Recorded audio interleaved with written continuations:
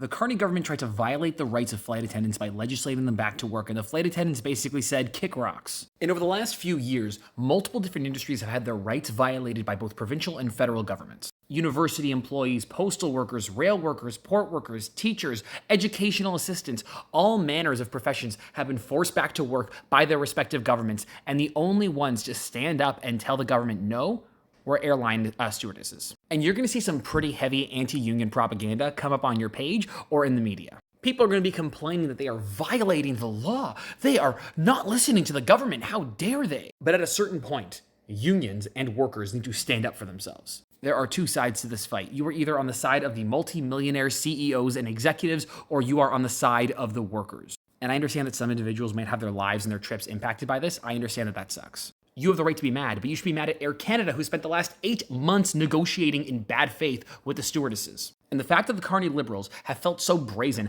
as to legislate so many different workers back to work over the last couple of years, it makes me uncomfortable. Because obviously, in the eyes of multiple governments across this country, workers are not important. You are not important. What is important is the profitability of multi-billion-dollar corporations. For those of you who live in Ontario, you might remember that when the Ford government was planning on violating the charter rights of educational workers, a bunch of unions were about to get really pissed off. And there were mumbles that if Ford was going to use the notwithstanding clause to violate their charter rights, that other unions were going to join in a wildcat strike, and there was going to be a form of a general strike. Ford backed off, and that never happened. But I kind of wish we lived in an alternate reality where that did happen, because governments need to see the power of workers. People need to understand that when we are united, when we work together, we can see massive gains and we can accomplish a lot of fantastic things. So whether or not you are in a union, whether or not you are affected by this strike, there are two choices. You are either on the side of the billionaires, you are on the side of the rich, you are on the side of the government who is trying to take away your charter rights to organize,